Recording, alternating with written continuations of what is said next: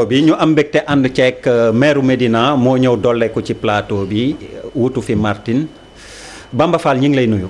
maa ngi leen di fay bu baax a baax. alors bu ngeen gisee mu dënd ak beneen maire nga xam ni ñi ngi wax ci local yi élection locale yi ñu dëgmal mars 2021 lañ ko jàppoon waaye dafa mel ni ca dialogue politique bi ñi ngi waxtaan pour dàqaat ko mu naroon doon ñetteeli yoon bi. ndax lu yanu maanaa la am na ñu ci d'accord am na ñu ci d'accordul tungu ne du teew ñuy naataal société civile bi bañ bokk ci ñi njëkk bañ ne buñ ko dàq ñi ngi nii toog mu Ndiaye Cissé alors élection locale yi ñu dëgmal ndax jàpp ngeen ni yéen vraiment am na ay motifs yu valable yu war a tax ñuy génne argument dàqati ko ndax ñii am na nu muy demee Bamba Fall ak monsieur le maire mii toog ñu ne leen seen légitimité des na dañ leen a yokkal mais du ci coobare askan wi. jërëjëf Der. maa ngi nuyu Bamba monsieur le maire. de la Médina. dafa am loo xam ne dama ko bëgg rappeler. Sénégal organisé nañ 11 scrutins présidentiels musul am report musoo gis ñu jëm ci élection présidentielle ñu reporté 63 ba léegi def nañ fi 11 élections présidentielles musul am kenn xalaatu ko tey boo fi waxoon élection présidentielle quelle que soit raison bu ñu mën a teg gëw ma ne politiciens yi nangu tey bu ñu demoon ba 2024 président Macky Sall génn benn prétexte wala génn quel que soit alpha ne fichier bi laay xoolaat wala leneen duñ ko nangul ndaxte chaque élection présidentielle vay ba dina am coow bu tax ñu war a mën a dàq élection yi booy xool depuis Senghor Diouf parce que Wade da daan wax na fi carte israélienne wax na fi mais mosuñu dàq élection dinañ trouver toujours moyen def ko alors nga jël élection législative benn yoon lañ ko mos a toxal bu ndaw muy 2001 alors mais élection def nañ 12 élections législatives maanaam 12 scrutins depuis Sénégal moom bokk ba léegi parce que dañ daan coupler élection présidentielle ak élection législative ba de sorte que depuis 92 lañ ko dàq pour bañ mu am couplage élection yi te loolu xeex démocratique la ba nga xam ne kenn du coupler élection présidentielle ak législative bokkoon na ci code consensuel bu Kéba Mbaye ñoom Ablaye Wade bañ parce que dafay am ay biais yu muy indi confusion alors mais boo jëlee élection locale def nañ 9 élections locales 9 scrutins de 68 ak léegi 68 78 ñu jógee 78 dem 84 boobu rek la ñu mës a def élection locale ci date bañ ko wax bi ñu jógee 84 89 la ñu waroon organiser élection ñu dàq ko yóbbu ko 90 ñu jógee 90 war ko organiser 95 96 lañ ko organiser ñu jógee 96 war ko organiser 2001 Ablaye Wade di ñëw di soog a fal yóbbu ko 2002 def délégation spéciale ñu jógee 2002 war ko def 2007 Ablaye Wade yóbbu ko 2008 après yóbbu ko 2009 muy ñaari report bu ci nekk toujours am na prétexte bu ñuy teg ñu jëm jógee 2009 war ko def 2014 ñu organiser ko mais ak report bu ndaw bi président Macky Sall ñëwee 2014 ñu jógee fa war ko organiser 2019 waaw juin 2019 ñu ne ñu bi ñu génnee ci élection présidentielle alors il faut que ñu waxtaan comme te am na contestation opposition bi ne dafa am ñu njaaj alors nañu reporter ba décembre loolu xel mën na ko sax nangu benn report boobu parce que comme amoon nay contestation ñu ne nañu waxtaan mais waxtaan na nga koy encadrer tëj mais waxtaan leen ci juróom-ñaari weer wala juróom-ñetti weer comme dàq naa élection yi parce que biñ koy dàq ñu ngi ko dàq ñu ngi def teg commission bi le 31 mai 2019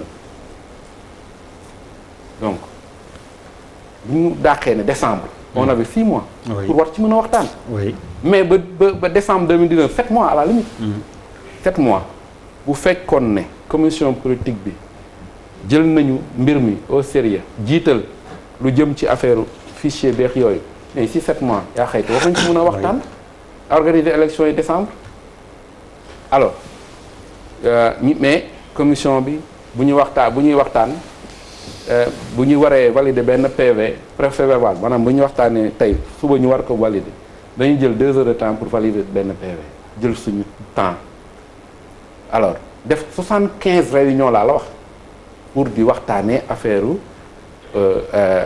processus électoral mais moo indi conséquence que après ñu ne non nañ daxaat élection yi parce que dafa amoon dès le début benn accord bu amoon mooy que ne nañu def auditu fichier ak évaluation du processus électoral muy lu ma rafetlu te loolu war nañ mën a organiser loolu yëpp ci 6 mois et buñ koy dàq sax muy nekk dàq bu léger mais ñu dàq ko décembre 2019 jóge décembre 2019 bi ñu commencé waxtaan ñu ne léegi dañ koy reporter si na maanaam buñ ko jëkkee wax ne dañ koy reporter di yóbbu projet de loi bi assemblée amul woon sax date alors il a fallu que ñi génn ne loolu violation loi bi la parce que mënoo reporter élection te doo wax date ba heureusement ministre de l'intérieur def amendement nangu ne peut-être njuumte la def amendement encadré ko ne boobu ñu ngi biir 2020 mais donc nañ ko yóbbu mars 2021 mars 2021 ñu amaat fi encore 7 mois pour discuter pour arrêter ci dara dara bu ñu nekkee wax audit fichier évaluation fichier mais mu tardel ñu wax dañuy def parrainage bi ñu ci waxtaan alors Covid bi ñëw ñu arrêté dialogue bi su nekk toog sa kër kenn mënu la wax kañ la élection mais dëkk bu sérieux dëkk démocratique calendrier électoral dafa war a visible ñi yore ñoom Bamba Fall ak maire de Yeumbeul Daouda Ndiaye maa lay nuyu d'ailleurs xam ñoom kañ lañ fiy jógee parce que danger la. ah pour bu ñu wootee dañ fiy jóge. non kañ lañ fiy jógee wala kañ la ñuy toogaat continuer seen mandat du dëgg Bamba. dëgg la mais munoo yore xam nga affaire bi lan la ñoom dañuy yore budget aussi mais munoo yore budget alors xamoo ndax élection yi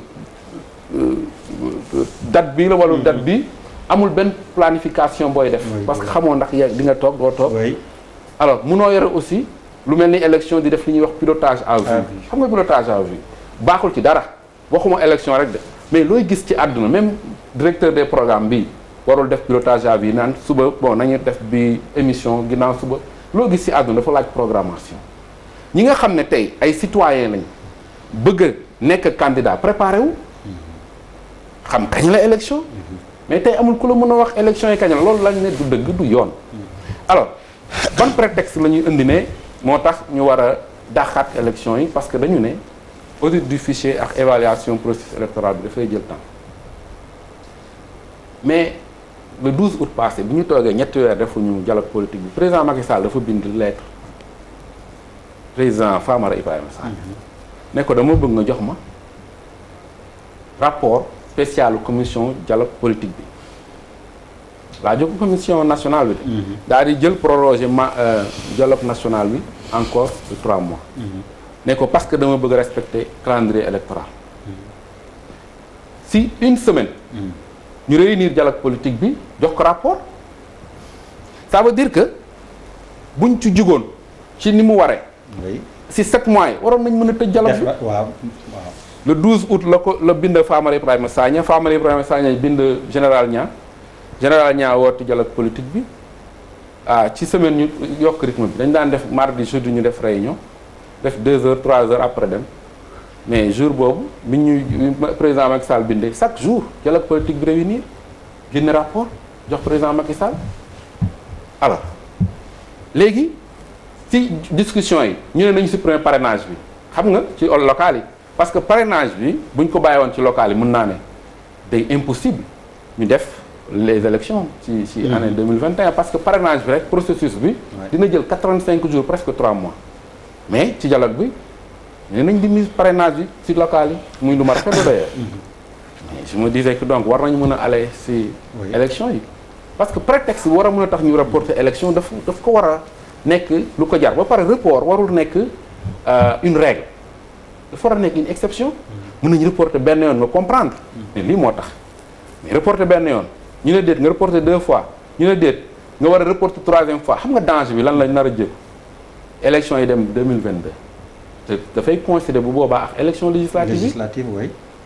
bu coïncider élection législative bi buñ ko couplé oui. dañuy def retour en arrière u ñaata année 92 ba léegi. loolu aussi bokkul ci démocratie. alors moo tax ñu ne tey audit bi nga xam ne ak évaluation processus électoral bi dina jël minimum 3 mois mais nañ ko def. audit bi kenn mënul wax kañ lay commencé.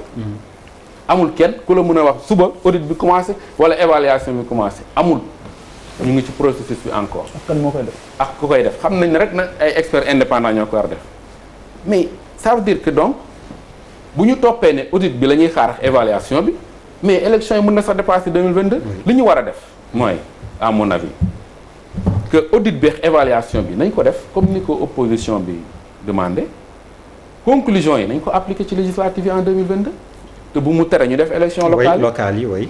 alors parce que tey ku bañ ne il faut que d'abord audit bi wala évaluation bi pour parce que fichier bi leerul mais waroo ne yow yaay yoroo nangu ne am groupe parlementaire boo contesté élection yi ba ne damaa am groupe parlementaire ci fichier bi lañ ko defee. oui ci bi waaw ci boobu fichier oui. am nga droit contester mais fichier bi kon ni ñu ci demee législative war nañ ci mën a demee local. tey bu ñuy wax ki jël 2e ci élection présidentielle moo war a nekk statut moo war a nekk chef de l'opposition. oui ci ban fichier lañ ko defee du ci bii. ci ban processus électoral lañ ko ci bii. donc dañu war a jiital ne impératif bi mooy ñu organiser élection locale bi ci date bi biñ ko war. conclusion yi ñu kii ko ci législative yi. loolu mooy combat bi. maintenant bu fekkee ne Covid bi impacté na processus bi ñetti weer la. bu ñuy def report bi nañ ko reporter bu léger mu resté 2021. oui parce que mars yóbbu ko juin. oui mu bañ a génn. mais mënuñu nekk ci dëkk boo xam ne maire yi xamuñu kañ la seen mandat di jeex ñi nga xam ne ñoo nekk ci gox yeex gox goxaan yi. te mu intéressé leen xamuñu kañ la ñuy door seen i démarche. loolu mooy wax ci tey. Bamba Fall est-ce que du tamit situation bi yéen da leen arrangé mu mel ni ay mandat illimité ngeen am ñuy yokk di yokkaat di dem ba xamuñu kañ finalement. non. man su ma sañoon élection bi am masse bi. parce que damay d'accord ak Mouniaye damay d'accord ni maire yu bëree bëri ñi nga xam ne wóolu nañ seen bopp. dem élection moo leen gën a ndax am nañu bilan. maire bi nga xam ne xam na ni du faluwaat. report bi mën na ko arranger ay yoon. parti yi nga xam ne ak candidat yi nga xam ne amuñu benn chance ndax pareeguñu. mu nekk au pouvoir comme opposition ñoom ngay dégg ñu naan nañu reporter parce que jekkuwuñu mais li may wax mooy mu Ndiaye sama xarit maa ngi koy nuyu di nuyu ñëpp daa mel ni commission dialogue politique bi prétexte la woon rek parce que li mu réglé li mu créé problème moom li mu réglé. parce que dégg naa ngeen am ngeen 23 points d'accord ak 2 points de désaccord ak 5 questions en suspense mais li réew mi doon gën a xaar ci yéen. pas ci man waxal dialogue commission politique bi rek. mais yaa ko fi toogal parce que ci ñoom man ñëwuma fi ci turu commission. non ci ñoom yaa ci bokk. waaw mais non pour man comme que yaa ngi fi te ci nga bokk. waaw dama ne li réew mi doon xaar. pratiquement ci commission bi. ci commission bi. voilà am na loo leen ci réglé. élection suffrage universel direct bi des maires et présidents de conseil yi gis nga daa mel ni loolu tey moo retardé élection locale yi ça va créer des problèmes. c'est-à-dire expliquez-nous. gis nga parti bi nekk au pouvoir. est-ce que accord boobu mu nangu woon tey arrangé na ko bu doon parti bu structuré. nga ni Dakar diwoo ko yor Médina diwoo ko yor Fann diwoo ko yor. doon na yomb ci moom. mais tey boo jàppee datu élection locale fii ak mars implosion dina am ci parti au pouvoir ak coalition au pouvoir boobu ndax fi may waxee mooy maire yu bëree bëri. yu rejoindre mouvance présidentielle bi. ba ñuy nekk maire coalition bi fallu leen woon. dama lay jox par exemple kaaw Alioune Ndoye di lay jox kaaw Jean Baptiste di lay jox par exemple kaaw meeru Cambérène bi ak ñeneen tey jii boo jekki woon par exemple tey parce que APR li muy def mooy fu bëree buy dem maire bi APR lay nekk adjoint yi ñooy nekk ci yeneen parti yi ay exception près ngay am muy Aïda Sow Diawara ak Wilane tey jii bu leen leeree ni Macky Sall du def 3e mandat tey boo xoolee maire yi ak député yi rek ñooy exister après mandature Macky Sall bu dee APR ga ñëw te tey bu fekkee ni dañoo jàpp date bi tey coalition bi bëgg a réunir boo nee Alioune Ndoye wala nga ni keneen Wilane wala Aïda Sow Diawara maire parce que par exemple boo demee Kaffrine ni directeur université bi mooy candidat. Wilane Ndeye Bérou ni moom it candidat la parce que ñii faluñu ko woon. malgré que ci Benno la faroon mais Aliou Ndoye ñoom faluñu ko woon keneen noonu kon tey man dama jàpp ni parti au pouvoir bi moo parewul parce que parti au pouvoir bi li mu doon def avant arrangé woon na ko naan way du ma structuré sama parti nii lañ ko bëggee. loolu ci élection nationale la baax. mais élection locale gox-goxaan la. te ñoom jotu ñoo organiser seen gox-goxaan yi parce que ci biir gox-goxaan bi am na waa APR mais am na coalition Benno Bokk Yaakaar bi te kenn nanguwu ni diwee sa patron. ma jox la kaawu Dakar tey. tey boo doon élection locale mais Aliou Ndoye bu ko neexee fëgg dënam ni candidat la ci coalition bi la bokk. Diouf Sarr fëgg dënam Amadou Ba fëgg dënam te bala ñuy régler problème coalition bi dañoo war a njëkk a régler problème parti au pouvoir bi. moo tax ma jàpp ni wax ji yëpp prétexte bi gars yi ñu parti au pouvoir moo parewul tey élection locale bi nañ ko tëgg mu jeex parce que ñun maire yi dañoo li ñu yaakaar amul de. man je suis gêné ñuy renvoyer suñu mandat dafa jeex. mandat bi jeex na te report bi ay difficulté la ñu indil. parce que da ngay voter ce budget. am partenaire bu ñëw nga war a signer ak moom mais des fois man damay toog ba chaque nit propose ma partenariat damay toog ba chaque ma ne lii mënuma koo signer ndax partenariat buy engagé commune bi pendant 5 ans ou 10 ans te xaw ma ndax maa ko yoraat est-ce que war naa signer loo xam ne équipe bii ñëw da ko indil jafe-jafe. kon tey maire bi tey war naa xam fan lay teg tànkam xam ni mandat am jeex na te tamit may ñaan sama mbokk yenn maire yi. bu ñu tollee fii mu leer na ni sa mandat jeex na. mais waroo jël yenn décision yi. yow leer na dañ ñoo yokkal le temps ñoom ñu régler seeni problème mais waroo engagé commune bi nga yor pendant des années wala ci investissement yu diis yoo xam ne kii ñëw xamoo nu mu koy gisee. nañu jàpp ni élection yi lu mu gën a gaaw ñu organiser ko parce que tamit fi problème bi nekk dëggantaan tamit fan la mooy nañu jàpp ni élection HCCT bi 2021 bi la war na am. seen mandat day. au conseil au conseil bi. seen mandat dafa war a jeex 2021. te foofu ay élus yu gagné woon la ñuy tànnaan ñu dem ci est-ce que dañoo war a jël ci ñuy jeexal ba pare déedéet pour ñu amaat au conseil bu baax élus yu faluwaat la ñu war a tànn yóbbu leen fa parce que mënoo fal nit ñu wàcce ko maire mu bëgg a continuer ci au conseil bi mënul nekk te léegi nit ñi dañoo fàtte élection au conseil bi débat yëpp dégguma ko ci wax. man fàtte woon naa ko. nit ñi dañ koo fàtte xamuñ ne au conseil boobu. avril lay jeex. non au conseil boobu avril bii la war a jeex kon moo tax ma ne dañu def élection bi mars ñi falu mën a dem ci au conseil bi. parce que tey boo renvoyé élection locale bi di nga renvoyé élection au conseil bi te du yoon te au conseil bi te élection locale bi boo ko renvoyé di nga bëgg a renvoyé élection législative bi kooku furbëri la parce que benn régime buggul assemblée nationale am majorité ci opposition yow nga dese pouvoir loo fa indi ñu bañ ba pare indi ay commission d'enquête parlementaire yi dul jeex ci sa gestion yi passé moo tax actuellement nguur yu bëree bëri bu ñu tollee fii dañuy dàqante ba seen mandat présidentiel des lu néew ñu doog a organiser élection législative wala ñuy dàqante ba élection législative ñu dàq ko ba après élection présidentielle.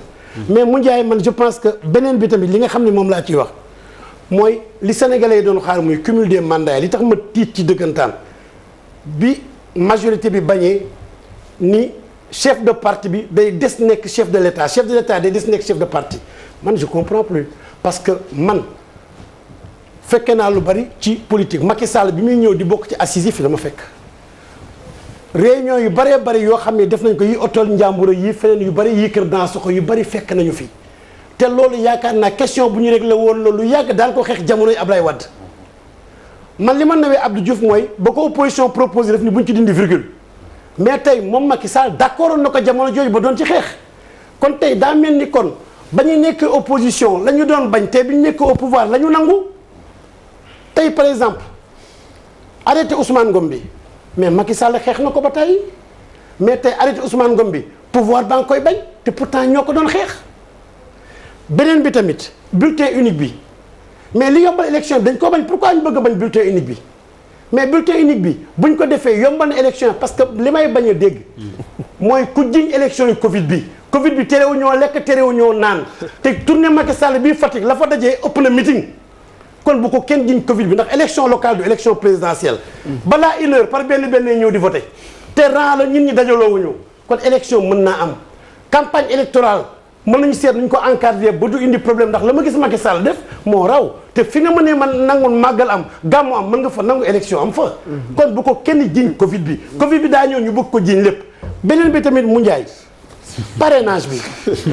parrainage bi mais parrainage bi am nañu koy rafetlu mais rafetlu bi attention non mais parrainage bi ngeen supprimer. mais monsieur le maire ñun tam ci émission bi. mais foog ñu xam jàkkaarloo nga ne quoi. foog ñu xam mbóot yi. boo nee mu Ndiaye waa jàkkaarloo sax. waaw c'est-à-dire mu Ndiaye tey moo fi représenté fa mu jógee parce que daf caa bokk. parrainage bi dafa fekkee. parrainage bi yéen da ngeen a jël mais parrainage bi mu Ndiaye parce que lii sama problème ci parrainage bi mooy élection locale ngeen ko bëgg a yemale. ba ñu bëggee dàq ay nit di filtrer dañ ñoo forcer parrainage guddi googu man boobu prison la ma fekk de mais tey opposant yëpp bu guddi googu opposant yëpp ñu ngi fanaan kaso ñii ñu ngi fanaan mairie kii 4e police 4e ñu Idrissa Seck n'est-ce pas ñii fanaan fee ñii fanaan fee bañ jàllale parrainage bi. tey parrainage bi bu ñu ko supprimer kan la arrangé non du ñun de parce que ñun opposition bi ñun pare woon nañu ko mais ñoom parti au pouvoir bi ñoom ñoo organisé wul parce que ñoom bu ñu ko supprimer wul woon seen parti ku ñu tab parce que li gën a grave mooy dernier mandat parce que président Macky Sall bu naan du ma wax oui du ma wax non parce que boo waxee lenn sa parti bi ñu ni dootuñu liggéey mais kon nga dàq leen parce que tey ni heure julli yi ñëpp a xamee heure julli yi lañ waree xam calendrier républicain bi tey ñëpp a xam nañu tey Trump bu ko neexee war na mën a am 2e mandat mais fa la yem ñëpp a xam nañu Macron war na am 2e mandat fa la yem président Niger bi lu mu wax démb bii mooy sama dernier mandat fi laa yem mais président Macky Sall bu ko neexee ne ni bii mooy sama dernier mandat fi laa yem te ministre bu liggéeyul ma dàq la ku détourné ma tëj la ku def lu dul noonu ma remplacé la mais tey waxoon naa ko fi émission ma defoon fi ab Pape Ngagne ba ñu waree xeex ñun ñoo xeexul parce que Ismaïla Madior ba mu waxee dañoo nëppal débat bi président Macky Sall ndax nañu foofu parce que dañ ko laaj mu ni wax ji jarul bari yéen a ngi koy posé waat man def naa juróom-ñaari at su ma defaatee juróomi at fi laa yem.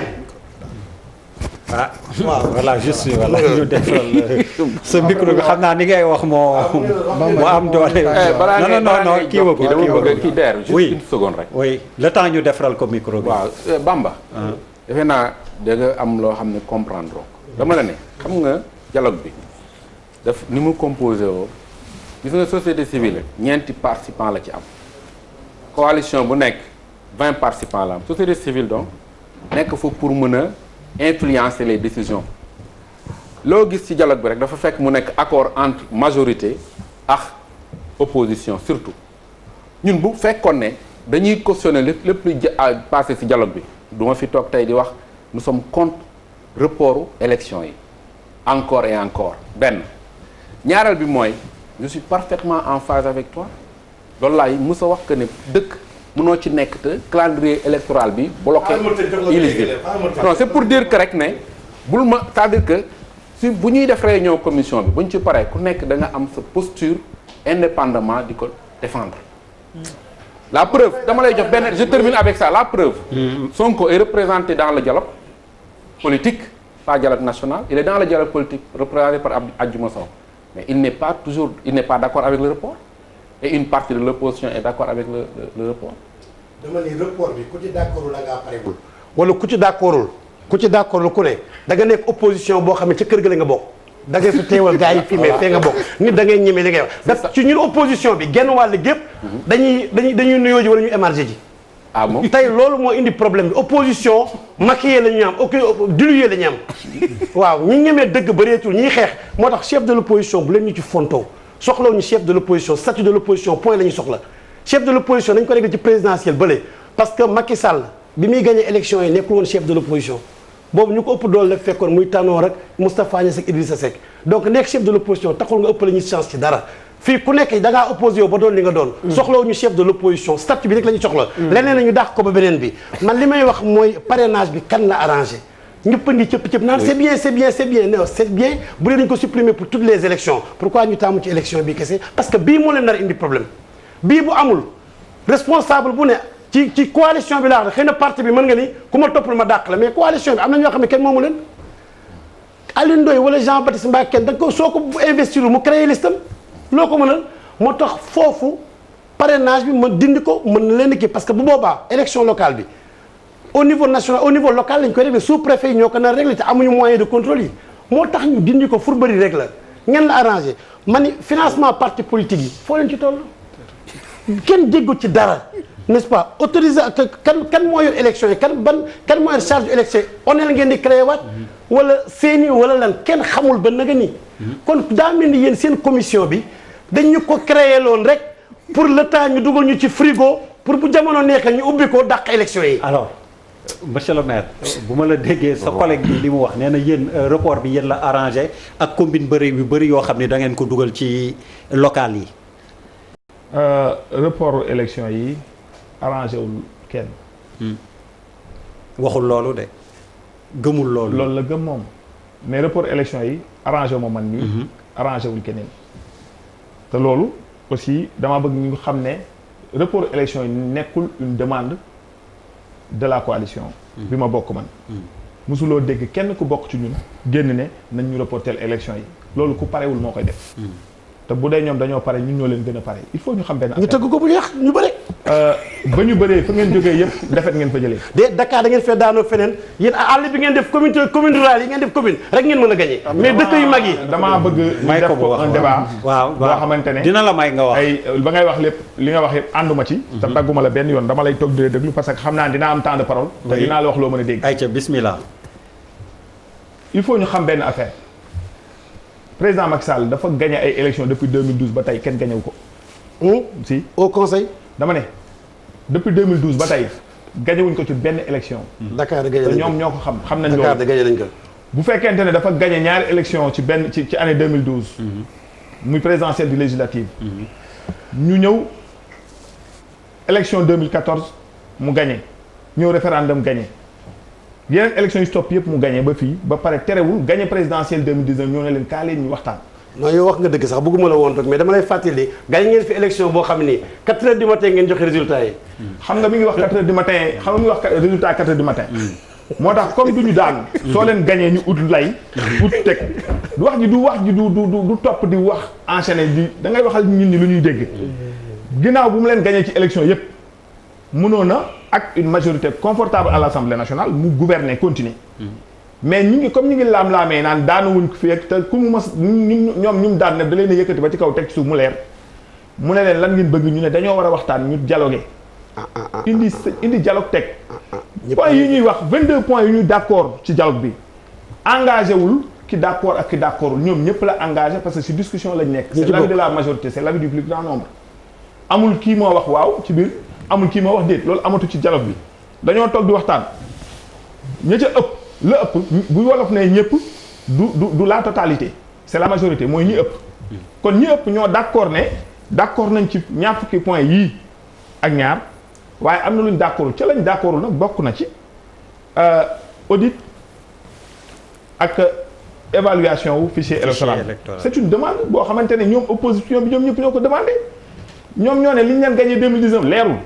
ñoom ñoo ne ay résultats 4 heures du matin lañu indi pour muy leer duñ leen defal liñ bëgg waxtaan nañ d'accord nañ ñëw dem ak ñoom ci ay base yu claire balaa suba ñuy ñëw ci élection ñu indi ay lu ñuy laam-laamee naan ay kii moo gagné fii ak kii gagnéwul fële ñoo bu ñu xalaatee ne fa ñu mës a jógee yëpp ay defet lañ fa jëlee dinañu xam ne dafa war a leer muy benn bi wax na fi tout à l'heure parrainage bokk na ci points yu ñu d'accord ci 22 points yi wax na fi tout à l'heure mode d'élection wu président conseil départemental ak maire wax na suffrage universel direct wax na suppression parrainage mais wax na ci statut chef de l'opposition mais aussi wax na ci chef de parti ak nekk président de la république loolu moom mën na ko d'accord man ma ne loolu gënalu ma man su ma sañoon sama président de la mooy nekk sama chef de parti te man loolu ak gëm aussi. si dernier mandat am la de moo tax. dama ne bu nekk dernier mandat mu bañ a nekk dernier mandat dama ne man su ma sañoon sama chef de parti sama président de la république bii. nekk parti bi nga xamante ne moo koy sos ñu ànd ak moom ba dem gagner élection yu ñu gagner yëpp su ma sañoon day continuer toog nekk le chef de parti nekk te mu nekk sama position personnelle ma di ko assumer kon tamit opposition bi moo dugg ci biir piège boppam. moo gas kàmbam boppam dugg ci ba pare génn di ko jiñ nit ñi ñoom ñoo parewul en réalité parewuñu lu tax parewuñu parce que fa ñu mës a jógee defet lañ fa jëlee bu fekkente ni kii da ngay bëreeg moom te fukki combat ak ñaar seen ginnaaw yëpp dalaa yenu daan bu ñuy laaj kan moo nekk ci xolu sénégalais président Macky Sall la bu ñuy laaj kan la Sénégalais yi gën a jox seen bopp moom la. mais li muy wax c'est très important élection nationale ak ay locales bokkul. c'est pas du tout pareil. nañ dellu si barème local yi mais yaakaar naa ne nañ dellu si élection nañ dellu. motion bu ndaw sax damay fàttali lu ndaw rek. tey yaa ngi naan da nga ñëw dóor fu ne dama la bëggoon ne région de Dakar opposition bi ëppoon commune yu mu gagné. bu dee Dakar ñoo fi ëppoon commune Pikine nga dëkk. xam ngeen ni ngeen di ba gagné ba jël ville ba mais xam leen ni ëppalewu leen fi woon commune Tëngéej gagné wu leen ko kon boo naan dañ au conseil bi fii ci Dakar gagné wu leen ko législative yi tendance njëkk a génn xam ngeen gagné wu leen ko résultat bu génn 4 heures du matin xam nga na mu demee may ngay jaar nañ fa. léegi lan moo tax ñu wax leen fuñ gagné nga tànn ci ay dëkk ak ay koñ ak ay quartier man su may wax.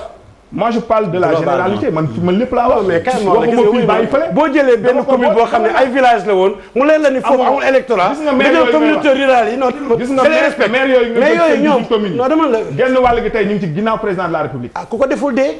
fi ñu toll ku ko deful. yow sax pare saa yi nga dugal tànk arrière. man mi yow xam nga nag man électron libre laa non déglu ma la man lekkuma ñaar dërëmu Macky Sall te digguma ko ñaanuma ko. dama ne te soxlawuma lenn sama lami dama la déedéet rythme de la samba 2 pas en avant et 1 pas en arrière.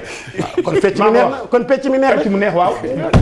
mais nag kenn moo ma de Pape Djibril sa yeneen collègue maire yi ñu ginnaaw président la ñu ànd ak ñoom di liggéey. mais président man sama xarit la. bu fekkente ne. mais comment moom parti ànd ma moom man xam naa ne sa xarit la. man sama xarit la je l'assume. Marème Faye sama xarit la je l'assume. mais nag bokkuma affaire bokkuma ci benn say xarit lañ mais li ma la mën a wax mooy tey bu fekkente ne dañoo ñëw ci report ay élection rek man su ma sañoon élection yëmbal yi doon suba. su ma sañoon élection yi doon suba parce que dañoo pare ci lépp parce que bu fekkente ne da ngay liggéey ay ati at. mais yëmbal mais motion yëmbal booyu Pastef fii ñu ngi fa de. booy Pastef ils sont super bien. ok booy Pastef bi fu Pastef fera mal. ils vont faire très mal. booy Pastef bi fu nekkul. ñu ngi fa de.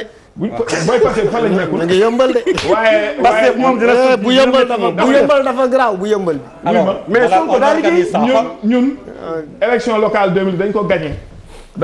boobu Sonko newu fi woon de. tey ñu toll ci 18500 voix yoo xamante ne coalition bi moo ko téye. sans Sonko bu dee dañoo mën a liggéey nañ ñu fekk ci terrain bi. Pape Djibril. waaw man en fait li ma xam nga sànq bi ñuy wax si les ci Martine. oui. question bi ma bëggoon poser mooy kañ la yi ñuy am nag les combats de la République. bu fekkee ne kenn ku ci nekk da ngay nekk ci sa combat ñoom ñu nekk seen combat Martine bi fi jóge woon ñu bàyyi leen ak combat bi. ñeneen nekk seen combat bu ñuy wax sax dañ naan les victimes. jàpp ne ñun ñëpp duñu ay victimes alors que ñun ñëpp ay victimes lañ. dans cette affaire là aussi c'est pas un combat entre l'opposition et le pouvoir. c'est-à-dire que c'est un combat de la République. mooy li ñu wax léegi par rapport ak enjeu ci contrôle information. fondamentalement parce que qui détient l'information détient le pouvoir. Et dans cette affaire-là information bi mooy ndax élection dina am kañ lay am kan moo ko xam fii ñuy wax nii. c'est le véritable débat. le véritable débat c'est ça. mais mënuñu nekk ci réew boo xam ne kenn du xam. kañ la yéen ba ma ko waxee ma gëm ko yéen a organisé. dafa l'état qui organise mais la responsabilité kañ la Djibril continuer bàyyi leen ko mu continuer. d'accord donc qui détient l'info boo xoolee adduna bi yëpp. tey fi mu ne nii boo xoolee contrôle information rek mooy coow li parce que tu as la bonne décision. tu l'as pas doo xam kañ ngay mooy li mu Ndiaye doon wax ci pilotage à vue ngay nekk doo mën a def planification doo mën a def gestion doo mën a def dara doo xam lan nga ciy def ak lan nga ciy bañ a def ndax xamoo kañ la kan moo ko xam kan moo am intérêt aujourd'hui ci rétention d'information parce qu'il y a une rétention d'information il y a une confiscation aussi de la volonté populaire parce que justement pourquoi ma wax ne élection locale nature am bokkul ak élection présidentielle ça n'intéresse pas que l'opposition classique et le pouvoir ça intéresse d'autres Sénégalais qui n'appartiennent ni à l'opposition ni au pouvoir et ça intéresse même citoyens yi nga xamante ni ñoom gestion locale bi rek moo leen intéressé kiy diriger ci kaw xëy na du leen yitteel xëy na kooku élection lañ koy gisaat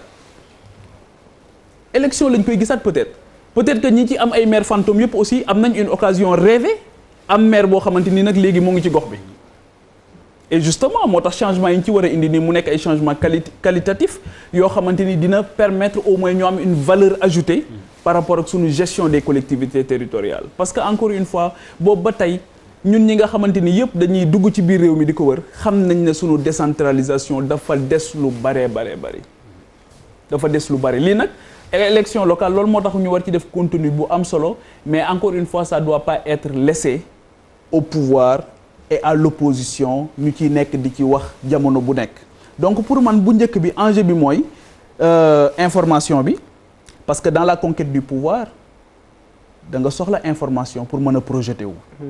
beneen bi mooy l'opposition au-delà de tous les Sénégalais yi nga xamante ni seen collectivité locale yitteel na leen war nañu xam aussi kañ la et dans une république le calendrier républicain dafa war a leer. et justement Daouda bi ñuy wax ne ku doon reporter sous Wade c'était Wade qui reportait. qui couplait qui découplait. oui qui reporte chez Macky. c'est Macky qui reporte. mais parce que tout simplement il a un intérêt direct parce qu'il est le chef de parti. et pour mu transcender dafay jafe parce que il a un intérêt direct. dafa am ci moom daf ci am yitte daf ci am soxla.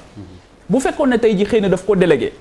mën nañu sax di njortu ne am na ci intérêt amu ci intérêt mais lii dafa leer xam nga boo fàttalikoo ci élection législative yi bi ñuy defar liste yi boobu yaakaar na Afrique du Sud la nekkoon xaw ma fu mu demoon voyage coow li bari dëkk yu bari coow li ne kur mu ne nañ ko arrêté c'était en 2017 je pense ba mu ñibbisi defar ay listam woo ñi téléphone ne la damaa bëgg nga bàyyi.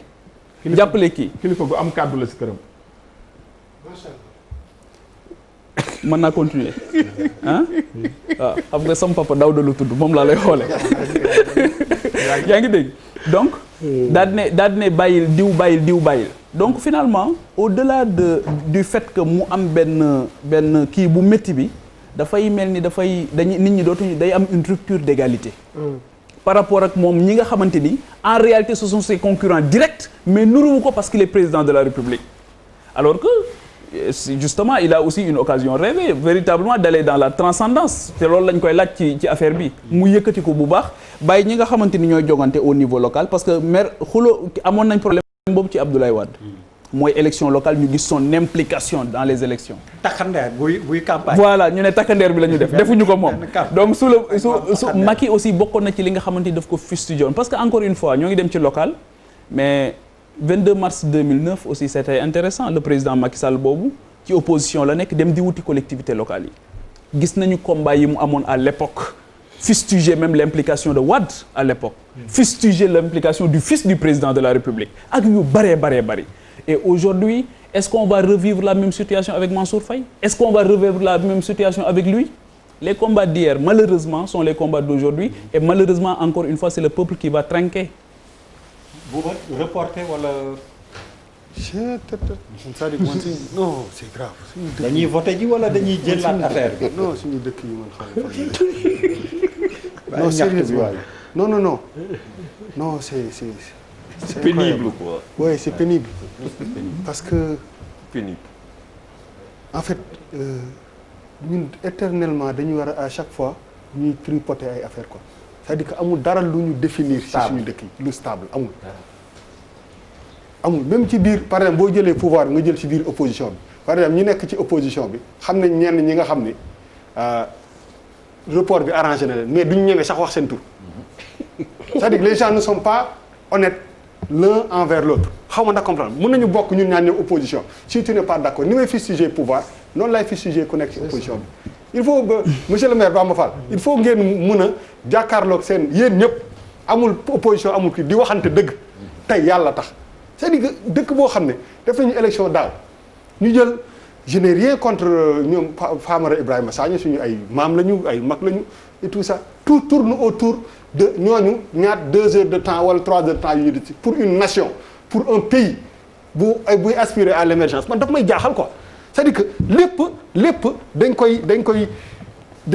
day wekku ci ay nit yoo xam ne à la limite waruñu sax nekk foofu il faut que ñu quand même sénégalais yi ñu taxaw ñu ne dialogue national bi ñu woote lan mooy raison d'être lan moo tax ñu nekk pays bu organisé après ñoo xam ne nekk nañu ministre wala am nañu fi ay ndomba tànk ba retraité ba màgget ñu indiwaat leen bëgg leen jël destiné yenn décisions yi ñu war ko yore c'est comme si ñun dañu nekk ci benn dëkk boo xam ne on ne fait même pas confiance ak nit ñi nga xam ne ils sont actifs il faut que yenn problème yi ñu régler ko ba bañ ci dellu ci dëkk boo xam ne mënoo am élection yoo xam ne nit ñi xam nañ ko mais c'est n'importe quoi c'est n'importe dafa bëri actuellement ni dafa bëri ci biir entre pouvoir beeg opposition il y a trop de non-dits il y a trop de deals trop de gens yoo xam ne xamuloo ban côté la ñuy féete il faut que quand même ñun ñi nga xam ne ay sénégalais lambda la ñu am lu clair ñu ne élection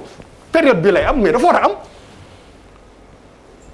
il faut que mu leer mu ngeen bañ a quand même di lëndëmal xelu ni ci quoi élection locale bu waree am dafa war a am élection présidentielle bu waree am dafa war a am il faut que ñu arrêter dara loo xam ne duñ fi nekk à chaque fois di éternel recommencement te dafay posé wu ci ay 4 ou 5 personnes yuy toog di seet donc maintenant à part de maintenant parrainage mënuñu li ñu fi nekk ci parrainage yëpp ñu jékki-jékki ne waaw parce que booy pour man booy jël yenn parrainage dafa nekkoon benn moment bu am importance benn tournant bu ci suñu démocratie parrainage daf ci am lu mu def daaw mais munoo def benn affaire 1 an après nga commencé naan nañ ko dindi nañu roof li ça veut dire que yow anticiper woo sax si dans 1 an lan la mën a changer donc on est dans des pays yoo xam ne muy dara leerul te yooyu du pouvoir opposition ni président de la république du parti au pouvoir dafa am yoo xam ne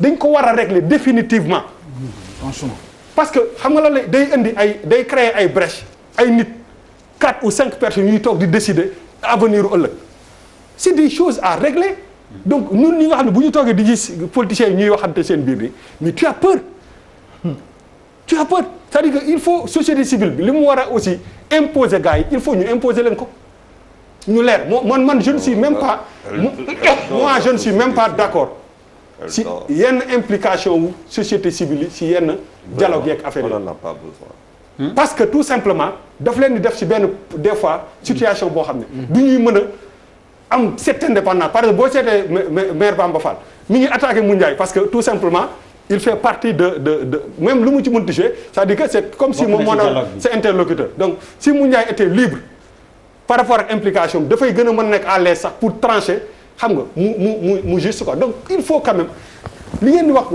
kii bi depuis sànq je te jure Sénégal ne seen kër comprendre ñu ci dara xamuñu sax li ngeen di wax parce que termes yi ngeen utiliser les gens ils sont à la maison di élection nii te dafa war a simple quoi boo leen vraiment man dama suñu réew yi non du avancer non c'est pas possible. on est perdu. c'est-à-dire que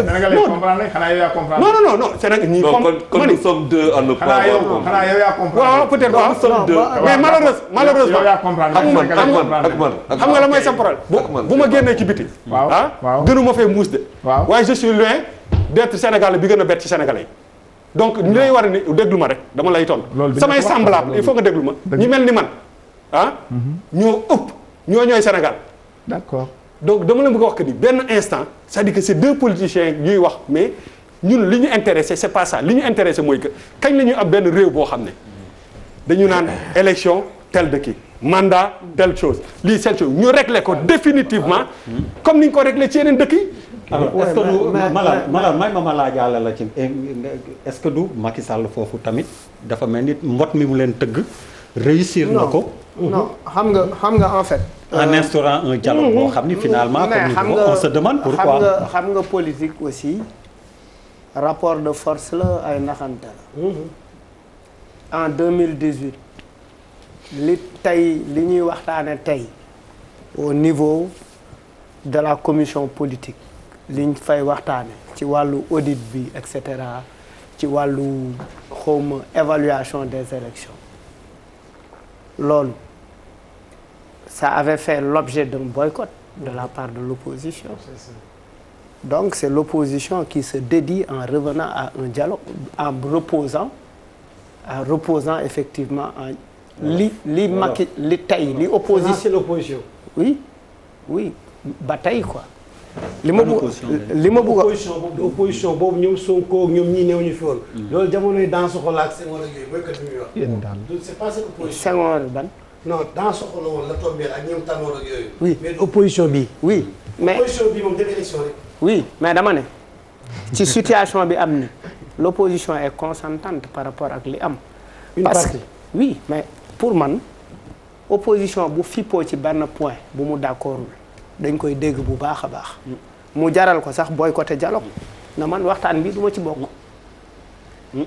mu nekk un point du dialogue ñu ne waa dialogue bi de ñu ngi waxtaan déggoowuñ. dëgg la parce que effectivement dañu wax ni élection yi dañ koy reporter opposition fippu na nee na maa bañ mais c'est comme si cette opposition sans Sonko est en train de discuter de points yoo xamante ne effectivement il s'oppose sans s'opposer mooy li nga fi wax léegi. C'est ça. Mais Sonko est dans le dialogue aussi hein? Oui, non. Politique mais ils ne sont pas d'accord. Tu l'as dit. Oui, il y a des ça veut même si opposition il y a des divergences. Oui, bien sûr. Mais ils ne sont pas d'accord. Mais leur désaccord. C'est une discussion. lu am représentativité li ma bëgg a xam mooy. Obligé de s'entendre. li ma bëgg a xam mooy. lan mooy le poids de la société civile présente effectivement dans ce dialogue politique là. lan moo ci seen njëriñ et puis lan mooy rôle. Il y a le comité de pilotage du dialogue. Il y a la commission politique. mu mel ni en fait commission politique bi dañ ko teg et que c'est Macky qui détermine les règles du jeu. ñi fa nekk dañ fa nekk comme de simples figurants mais man fi ma bëgg a ñëw du foofu mooy dans cette histoire c'est li peuple bi moom la ñu foqati parce que peuple bi dafa fal ay nit pour une durée pour un mandat. Au niveau de Wakhinane Racine on l'a pas élu pour 7 ans. Pour 7 ans. Bamba à la Médina tu n'es pas élu pour 7 ans. À Yeumbeul même bu fekkee seen problème yi ça persiste parce que lac bi mu ngi déborder Yeumbeul c'est une information lac bi déborder na kër yaa ngi tooy information bi dama la koy joxaale pour nga. su ma toogee ba nga may jox information. non mais dama ko koy joxaale rek. dama ne man nekkul man nga ma yëngalee. nga yëngalee ñeneen ñi dama ko yëgalee. non yëngalu dama lay jox ñeneen ñi dama ko yëgalee. loolu yëngalu ma dama lay jox dama ne loolu yëngalu ma. dama ne loolu ak yëngal dafa débordé. parce que falaa dëkk. mais lac bi dafa débordé. falaa nekk maire te falaa dëkk. falaay fanaan chaque jour. miiru kër yëpp tooy nañ. voilà. c'est bien. non c'est une information. wax bi yëmbal moom doo ko bëggee xam laaj ma man maa lay wax yëmbal mais doo ma wax yëmbal dara. defal gënoo ma xam yëmbal de. maa la gën a xam foofu. bilaay gënoo ma mun a maa gën a xam géej waaye gën maa xam yëmbal loolu mu ne nekk. gënoo ma xam yëmbal de xam nga route de Boune maire Aïssata Ndiaye bi jaay caaf. xam nga maire Aïssata Sow bi jaay sow seen ko ñëw. kii boobu naa la par une question. Retiens la question. Malal li mu la laaj am na solo. lan moo mais on permet à Charles et à Papi juste pour tour de table. Charles tu parais.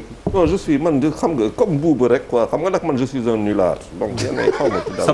sa bopp a ngi metti c'est vraiment c'est-à-dire président Macky Sall du moromu gars yi. mu leen mën. laay wax ko.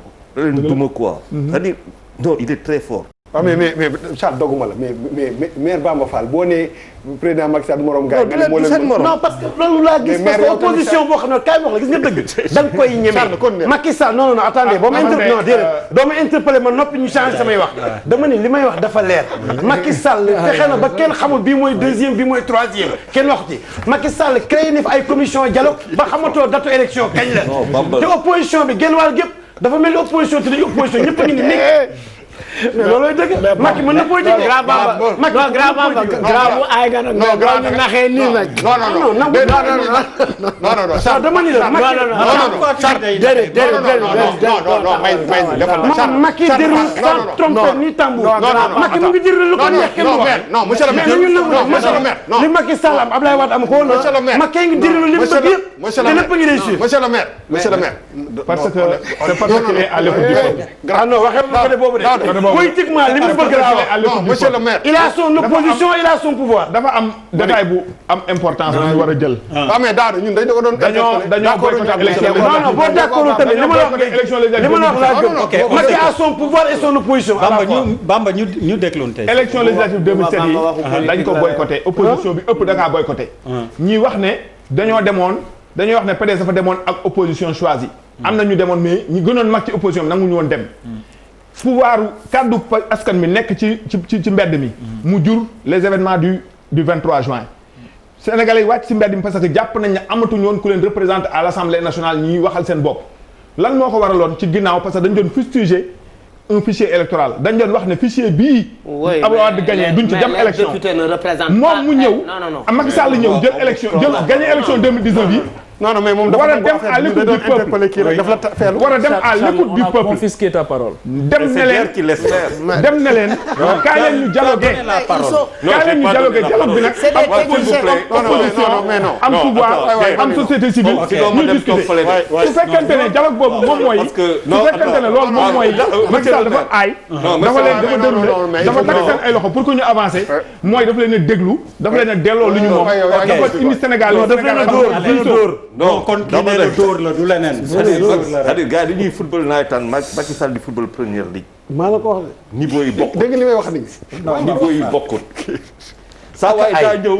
gis nga de bés gars yi présidentielle de tant que gars yi nee nii mais fu mu jaar ba gagné ñu commencé di wax 4 heures du matin affaire yi daanu Macky ni bon ñii xam naa biscuit séddale xam dëkk bëri. xam gars yi nee na sëriñ daara la ci politique. maa la wax du seen morom. billahi non léegi sax yónent la ci. non may non du seen morom. ça veut dire non du seen morom xanaa. nax na ñëpp. non dóor na gars yi. du seen morom ñëw joxe ay biscuits. oui. gars yi téye si biscuits yi. ba pare jël forum civil c'est-à-dire kii bu ñu tudd. société civile société civile. ah mais société civile bokk. nga xamante ne société civile waaw ñoom laay waxal nga xamante ne président décembre il ne se détermine pas par rapport à 2024 mais ça veut dire nelawal société civile dugal ko si benn dialogue xam nga non. oui mais ça dépend de la société civile aussi. non il faut le mu Ndiaye day bañ moom. non je dis la société civile je ne peux pas comprendre que Sénégal bu ñu toll nii si jamono yi ñu toll nii que société civile mënul taxaw et que le président Macky Sall se détermine par rapport à 2024 ça veut dire que man boo may wax ay local di ma wax ay yu demee noonu ma xam lu mu demee au conseil et tout ça mais attendez c'est nous prend pour qui mais yàlla ñu moom ak ça moom politiciens yi ñoom ñoo ñu moom opposition pouvoir c'est-à-dire ba di confisquer société civile boo xamante ne ñun amuñu jot moom qui se réclame pour porter na ñoom c'est-à-dire personne ne pose le débat et vous voulez ñoo téye nit ñi mais forcément suñu bopp di ñu metti et il sait ce qu'il fait sciemment et que devant malheureusement bu fekkante ne am na benn opposition boo xamante ne c'est toujours conflictuel c'est toujours ça compte toujours mais les gens finissent par se lasser de ça mais dëgg bi c'est que on l'aide aussi la société civile aide Macky Sall moo fi dàq ure yow mën nga bolot lool ay nga lool mais saa waay daa aay de non pourquoi la première ligue lay joué de gis nga buuba gars yi dañuy jël dama ne comment veux-tu qu'il y ait un décret qui tombe moi j'ai un réel problème ak posture maire Bamba Fall. Attends, comment veux-tu il n'a pas encore dit il y a un décret qui tombe avant-hier sur les trucs fonciers. C'est vrai que la lecture est politique boo xoolee la lecture économique par rapport à l'agrobusiness mën nga am lecture économique qui peut le justifier mais bu fekkente ça donne une lecture claire que on va vers les locales. lu mu defoon kii bi lu mu defoon parrainage bi. ñëw bett gars yi du leen may fu ñuy tourner. fu ñuy kii mais fa la jëm. ok. c'est ça.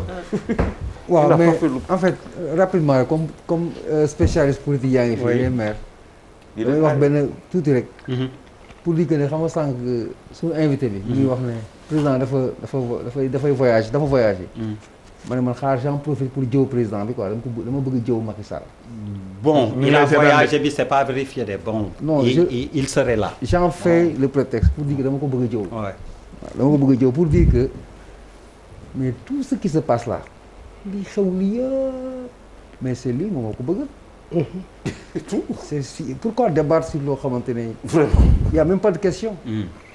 parce que dans les propos de dama bëgg ñëwaat ci beneen principe lu tax ma gën a gëm pour développer ko même du temps de la royauté mooy temps buur amoo pouvoir boo gis buur boo gis bu bëgg séddoo pouvoir am amul day sës rek mu def ko même sur la collecte des impôts à l'époque les rois dañuy bouger dëkk par dëkk di jëlal seen bopp seen ay impôts yu yóbbu donc la décentralisation la délégation c'est un besoin sociétal c'est-à-dire que jamono moo dox ba nguur wala buur nekk dans l'obligation de partager son pouvoir pour gérer ce qu'il doit gérer mu njëkkee ci tubaab yi ñëw ba si ñun ñu dem dans ce qu'on appelle nous la décentralisation délégation tout ce que tu veux je veux dire par là si propos mu Ndiaye yi muy établir sànq di exposer le contexte dafa taxaw si benn point boo xamante ne moo réglé question bi quand on a intimer l'ordre, je dis l'ordre, à Famara Ibrahima Sagna de présenter un rapport dans un délai bien précis.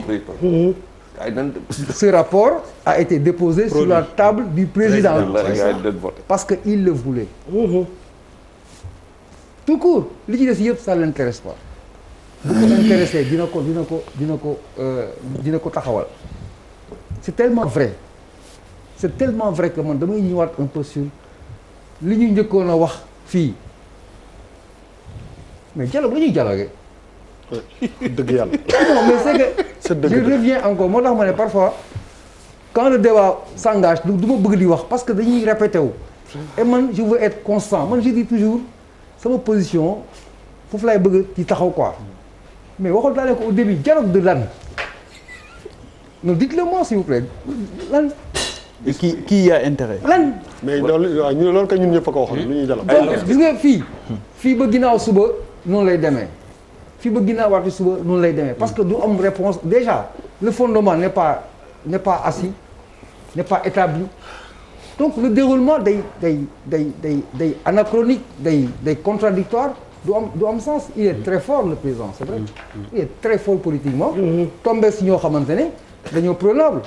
Sauf qu'en République la fin ne justifie pas les moyens c'est vrai que mën nañuy wax tout le temps ne il est fort mais un président de la République qui est élu fi ñu koy xaar pour mu nekk foofu jàmbar dëgg c'est li ma doon tudde léegi les combats de la République mais bu fekkee ne encore une fois pour ay combats politiciens rek ah la ñuy wax ne il est fort loolu aussi pour man du ndam et faire croire au président de la République qui reste un redoutable politicien loolu aussi pour man du ndam daal parce que aussi l'éthique en politique aussi elle est importante. Bu Ndiaye tu as été interpellé kii nee na finalement Malal laaj na yéen xam nga man jeexaluma sax wala li wax daa bëri. non li nga wax bëri na te c'est vraiment c'était très bien Papis.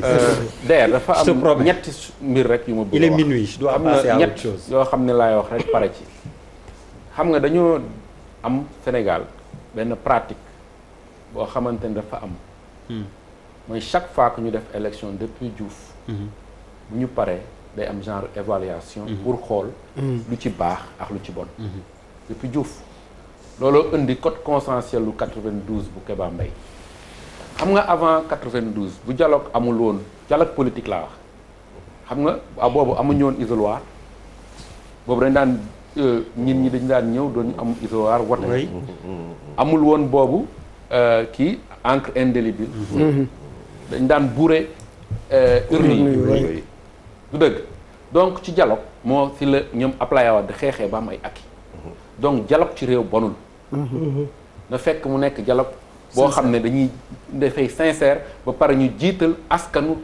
intérêt démocratie Sénégal parce que ci dialogue moom si la ñu amee avancée démocratique yi ñu am yépp alors daanañu ko tuddee da dialogue concertation lañu ko daan tuddee donc avant le 31 juillet lan la ñu amoon dañuy jógee ci élection présidentielle yi dañu opposition bi moo ne fichier électoral bi baaxul contesté ko ensuite dañu war a évaluer processus électoral bi maanaam nan la ñuy joxee nan la ñuy tegee carte électorale maanaam fan la ñuy tëjji bureau de vote fan la ñu dul tëjji bureau de vote et cetera loolu bu amee surtout ñaari points yooyu parce que audit fichier électoral maanaam fichier électoral mooy le nerf de la guerre au niveau des élections c'est l'alpha et l'oméga d'une élection parce que si fichier bi lëlëm nekk opposition bu ne baaxul ñoom ne dañuy exiger ñu auditer ko looloo indi dialogue li ñuy ooyee dialogue mooy concertation loolu léegi li ñuy créer dialogue national lañ ko tuddee dialogue ñu exiger aussi ne kii jiite concertation laisse-moi terminer mais y a pas de différence entre dialogue et concertation déglu ma da may déglu rek dama lay wax genèse oui boobu temps kenn waxul dialogue national concertation lañ doon wax sur le processus électoral te moo mës a am depuis Diouf ba indi code Kéba Mbaye chaque fois ñuy changer di consolider suñu démocratie avec des acquis démocratiques alors bi ko opposition bi contesté élection yi ne audit dañu ko audité ne dañuy exiger koo xam ne farul fenn mu jiite ko si la ñu dem tànn des acteurs yoo xam ne fokk ñu fenn si la looloo indi général Niang looloo indi Magid Ndiaye looloo indi professeur Kanté looloo indi professeur Aliou Sall looloo indi société civile teew ci dialogue bi parce que ñoom ñoo bëggoon ñoo xamante ne dañ ciy nekk parfois di nekk yombalkat seen biir parce que majorité opposition rek moom ñu réew mi. waruñu def ay décisions yoo xam ne day engagé Sénégal la preuve. dialogue baa ngi nii indi ñu def reportaat kan nga dégg mu génn wax ne dañu daay report sur la société civile. moo génn laisse-moi terminer rek. wax ne bu ñu fa teewuloon. du ñu xam li ñu fay nas ba mën a génn di ko dénoncer.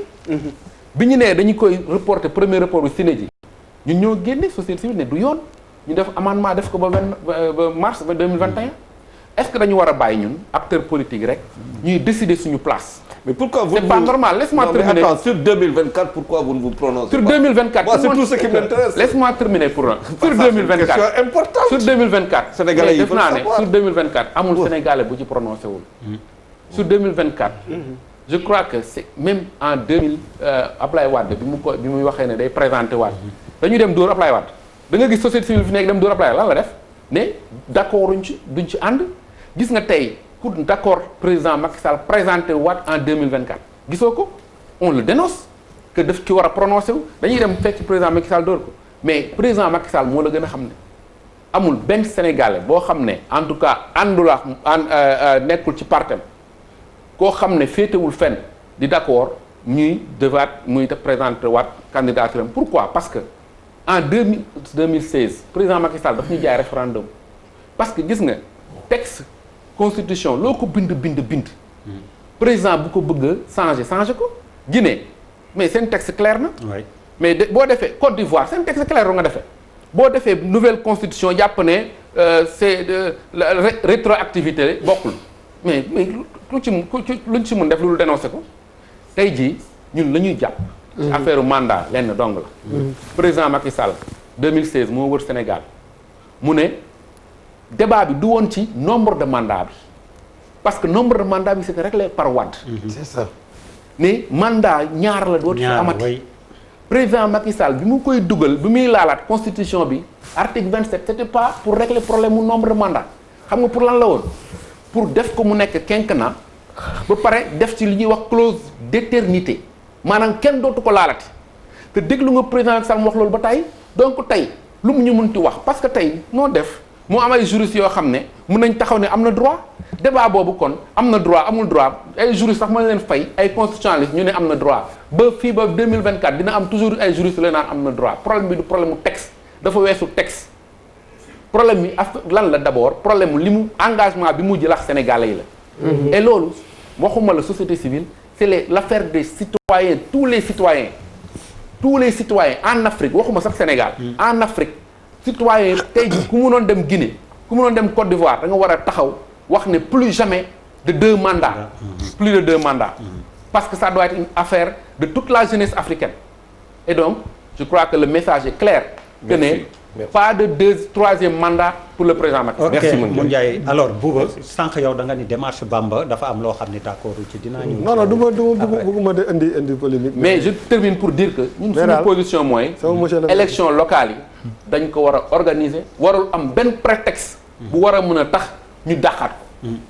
3e mandat bi muy wax da nga ci d'accord wala yaa ngi laaj parole. non man waxuma ci ay waxu 3e mandat. mën naa ci non jarul reetaan mën naa ci wax li ci nekk sama xalaat comme li ci Sénégal yi di waxee seen xalaat. li mu wax c'est-à-dire que loolu société civile bi nekkul ci biir dialogue bi pour génn di dénoncer.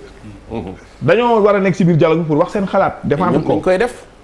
société civile bi ay politique lañ. ñoom ñëpp si. mais ça n'engage que toi ay politique si dama ne société civile dañuy politique. pour yow mu Ndiaye dafa far. dama ne dañuy far fii dañuy nekk société civile far ci nguur gi wala ñu contre nguur gi. ok pour yow dama contre nguur. dama la dégg. moom dafa contre régime bu ñëw day wax ne da ngeen contre. non waxuma bu dee régime bu ñëw day daan da ngeen contre nguur dañuy nekk contre pouvoir dem taxawee nañ. man Souleymane Ndéné bu nekkoon ci position boobu moo gën. société civile c'est des politiciens encagoulés. mais ñi si ëpp ci ñoom ci biir politique bi lañ nekk. c'est-à-dire que rôle bi du question génn taxaw ne damay taxaw ci biir dugg génn après ma dénoncer wala ma wax lii wala ma wax lee li ngeen wax président Macky Sall c'est génie bi nekk président Macky Sall nekkul parce que day ànd ak nit ñi di indi ruse du lool de dafa nekk nit ku comprendre sénégalais yi muy benn mu nekk quelqu'un qui a le sens du partage su ma nee partage responsabilité ak leneen laa damay ñëw parce que génie bi mu def am coalition téye ko pendant 12 ans moom mu téye ko ci loxoom coalition bi tasul demul fenn loolu déjà wane na génne na ci moom un génie. par quel moyen. mais c'est important au bout d'énormes sacrifices. mais non ci ay sacrifices. mais parti yi mu àndal ci coalition bi Daouda est-ce que doole gi ñu amoon ca njëlbeen ku mel ni parti socialiste boo xoolee tas nañ plus banqaas yu bëri est-ce que donc. ñoom Bamba. oui ñoom Bamba dem nañu. Bamba fu mu dem. bokkatu fa. am na benn socialiste parti ko composé doole ji am loolu sa yoon nekku ci parti ko composé. doole ji ñu amoon tey lañ ko gën a am. c'est vrai. non je suis parti yi nekk ci bi doole ji ñu amoon. loolu nuñ koy xamee Pape nuñ koy xamee mooy dañoo génn si ay élections. am ñu jël yenn candidats yi ne leen ñun ñoo leen di gañeel fañ nekk. yàlla dogal néew ma gañe nañ fépp mais gañe nañ fu baree bari. mais boo jëlee par exemple yenn candidats yi du ma leen tudd.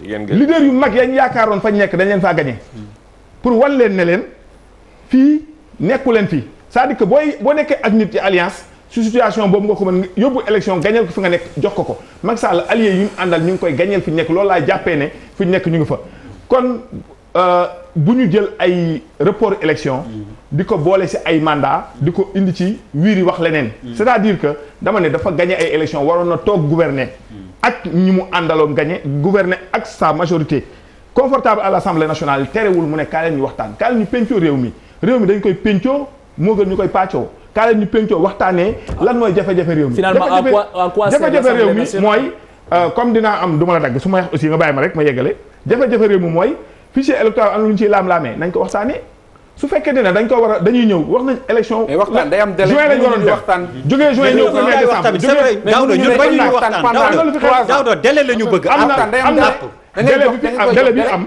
ñii ñu tànn ñu pour ñu dialoguer ñoom ñoo koy définir ñi mu tànn pour mu dialoguer ñoom ñoo koy définir ñoom ñooy wax ne pare nañ ci waxtaan ci dinañu def lii parce que ñooñu audit nañ génne par exemple audit fichier électoral nañ génne évaluation nañ génne révision exceptionnelle des listes nañ génne loolu yëpp élection dem ginnaaw mais exigence la ci biir dialogue bi loolu dina tax ñu jël ko en considération jël ko en compte fi mu ko daanelee ay mandat bi gisuma fi ay juristes yu ñuy fay pour ñuy interpréter gisuma ay juristes yu ñuy président war a fay ay juristes pour ñu koy interpréter naan ko mën ngaa wala mënuloo du ci wax tant que wax ci jotul bu wax ci jotee mu wax ci mais liggéey la ñu nekk nekkuñu ci moment buñ ci nekkee di ci wax di waxaat bu wax ci jotee dina ci wax lim ci war a wax allez Bamba donc d'accord buuba man yow laay waxal mu leer nañ nga dégg ma non li ma lay wax dama laaj question rek bu leeree rek mu baax dama ni la fi ma naan Macky Sall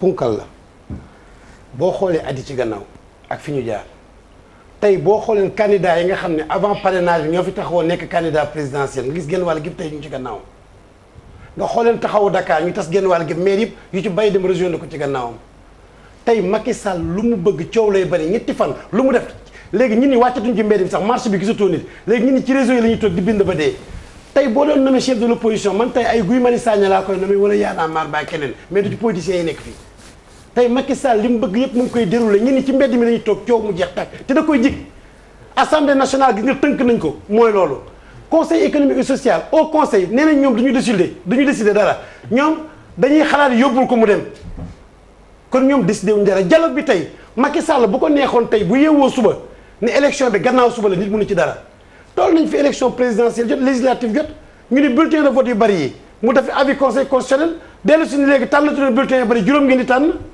te pourtant avis la waxoon décision la ko def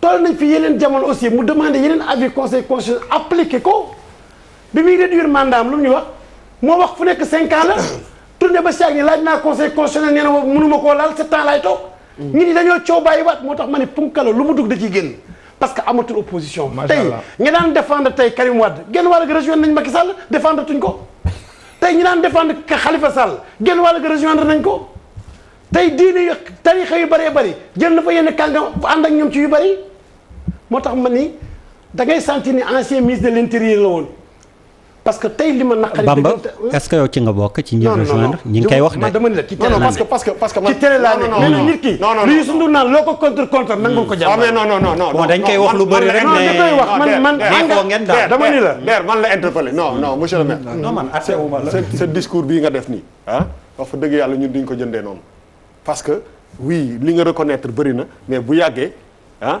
wax fa dëgg yàlla boo reconnaître nii yëpp si kii ni bul ëpp ko opposé. non dama nii rek taxawal ma wax la wuyu ma. non Buuba da nga fàtte ni man bokk naa ci li fal Macky Sall.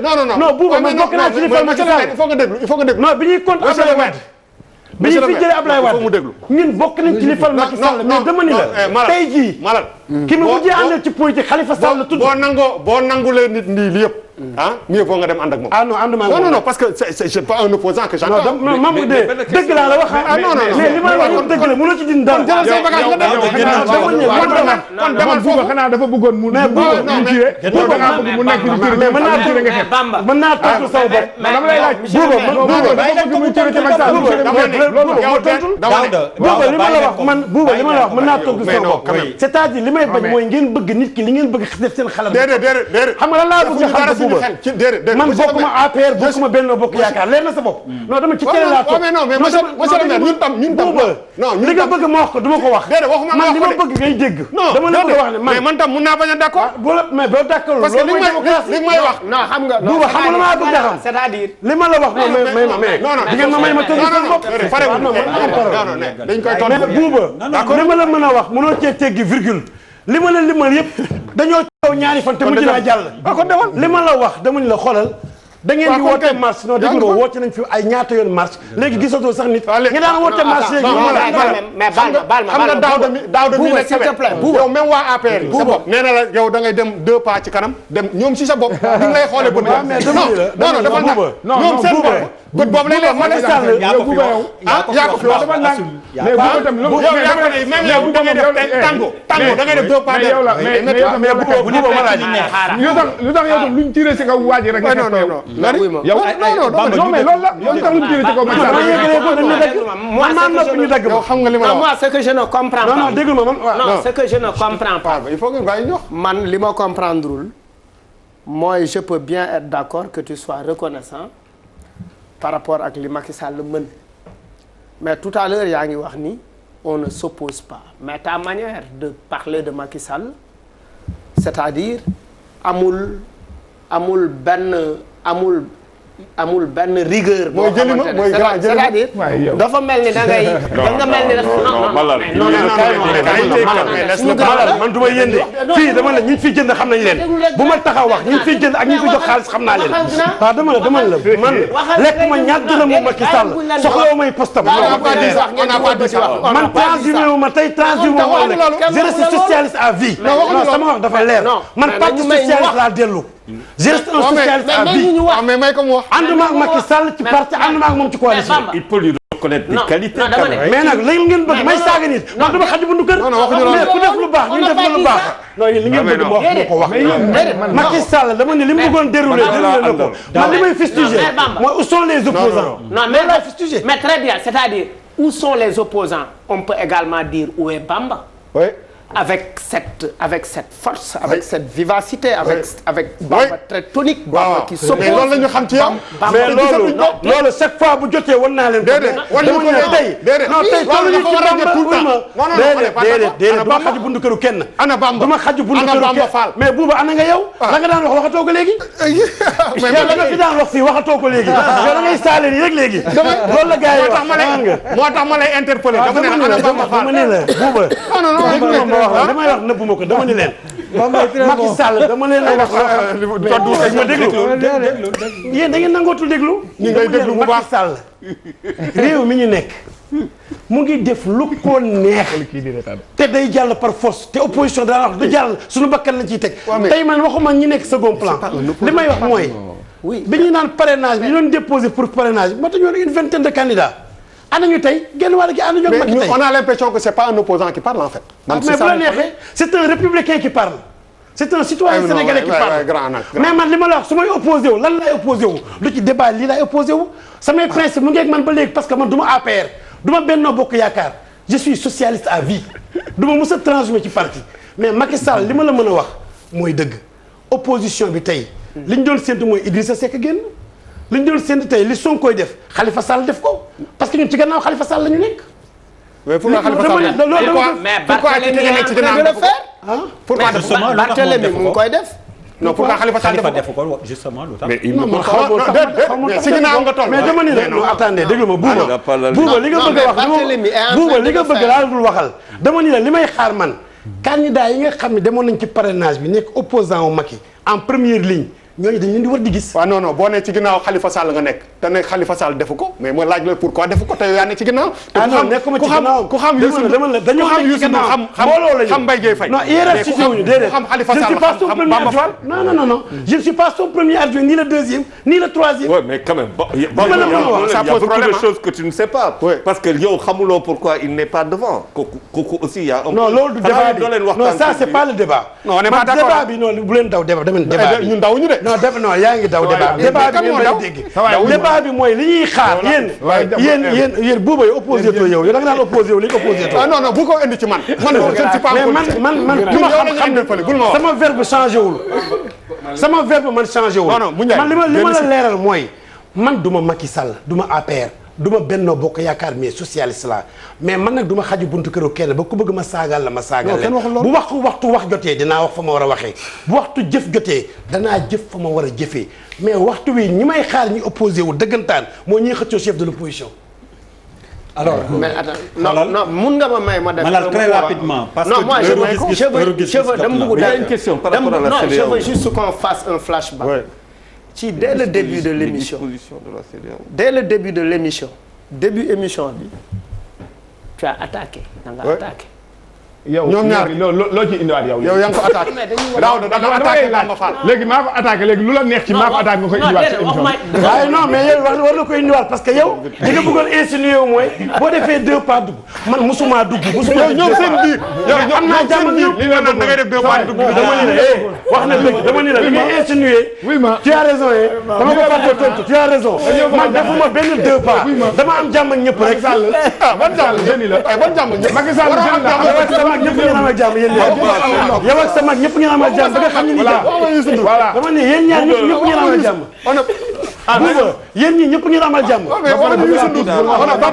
ma def du ma xaju buntu këru kenn mais Youssou Ndour n'est pas l'invité dama ne même buuba sax ñëpp la amal jàmm ak yow sama grand xool bo buuba dañu def Bamba Fall buuba xam nga man bokkuma ci ñuy classe ci télé pare gont dem naa ne attaque nga ni bokkuma ñuy classe ci télé gont naa ne attaque da ngay naan attaque man naanuma attaque li mu wax leer na li mu wax leer na de xam naa li may wax damay terminer ci nee na merci ci 2 choses rek laay terminer ça veut dire que bu may wax yóbbante bi yegg na la bu may wax ci mandat bi moi je dis que ce qu'on n'a pas lu ñu mayul président Ablaye Wade malgré que jëli woon na ay juristes ñu ñëw gëmloo ñu ne 3e mandat mën na nekk loolu waruñu ko mën a may président Macky Sall donc li may wax jëmaluma ko rek ci président Macky Sall maanaam ak ku mën a toog fii ci réew mi boo bëggee jël suñu constitution tripartite que pour légitimer un 3e mandat tu auras le peuple en face beneen bi mooy terminer ci élection ñun lu ñu soxla rek mooy ñu respecter calendrier électoral bi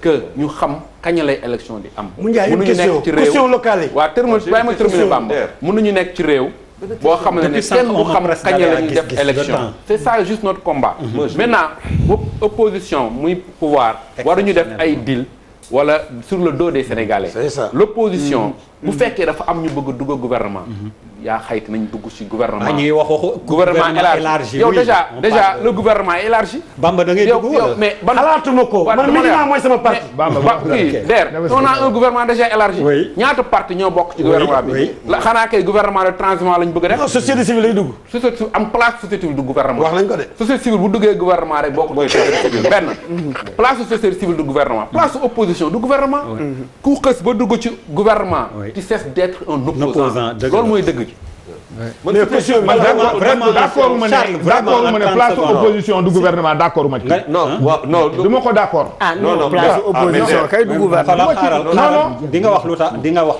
lu tax d'accord. waaw man je veux juste savoir est-ce que nous sommes dans les dispositions de la CEDEAO pour maintien parce que nous sommes à 6 mois oui non xam nga kii protocole additionnel CEDEAO dafa wax bu amee consensus donc même à un mois bu amee consensus grave li bon mooy modifier les règles du jeu avant les élections donc y aura élection mais mu Ndiaye ma laaj leen war a am élection mais mu Ndiaye ndax y aura élection mais mu Ndiaye ma laaj leen dama ne évaluation audit bi bu ñu ko dindee élection mën naa am waaw évaluation ak audit bi bu ñu ko dindee élection mën naa am kon nañu téye évaluation audit bi ba législative mais loolu mooy yoon très rapidement rek lu tax nga contester li mu wax ni opposant bu dem au pouvoir d'auto-opposant. Mais déjà ça même si justement opposant pouvoir même moi je m'y perds man mi poser question bi nekkul kese dans l'opposition jekkul opposant bi nekkul rek dans l'opposition que la war a mën a liggéeyal réew mi c'est-à-dire que bu fekkee dafa aspirer liggéeyal réew mi aspirer ci contribuer ci développement de këpp nekk non président Abdoulaye Wade dugg na ci gouvernement Abdou Diouf ñaari yoon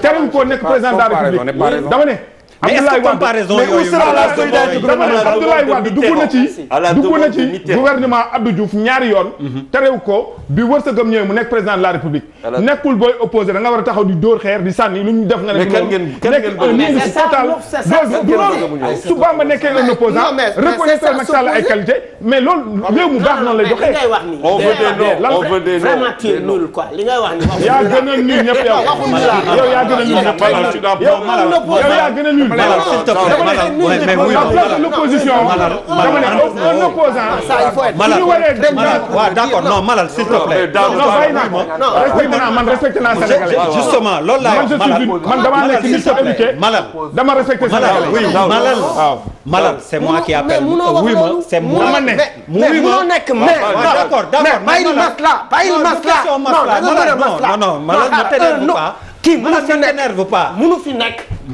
nit ñi fal ko mu taxaw ne un opposant mën na nekk dans le gouvernement un opposant c'est quelqu'un qui s'oppose mais il a donné quand même mais il y a pas de mais Malal mais oui ma la bien où sont les gouvernements arrête mana yeneen gouvernement yi nga xamante ne ñu far fii ak ñu far fee la ñu boole liggéey Malal s'est énervé pourquoi pas non Malal s'est énervé mais il a ci situation boo xamante ne oui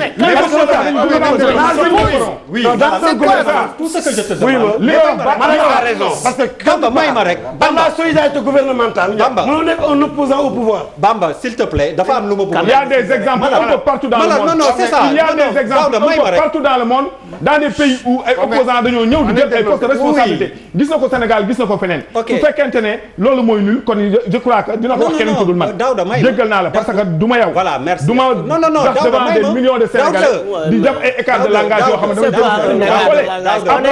damay à être correct apprends à être correct devant les Sénégalais waxoo man kese yaa ngi wax ak Sénégalais yi lay seetaan Malal s'il te plaît je te parle depuis sànq quand même salle de classe moi Malal c'est bon je ne suis pas dans une salle de classe on est dans une discussion Malal s'il te plaît xoolal fii lañ koy régler bu opposant war a dugg fii lañ koy régler je suis obligé de le faire justement dama ne monsieur le maire maa leen ñaan non s'il vous plaît maa leen ñaan ngeen dégluwante man maa leen di woo mu Ndiaye Cissé yow comme yow Malal c'est pour ça que je te demande de respecter les gens boo leen respecté wul respecté ma man je t'envoie les sujets comme je les appelle s'il te plaît hein gis-gis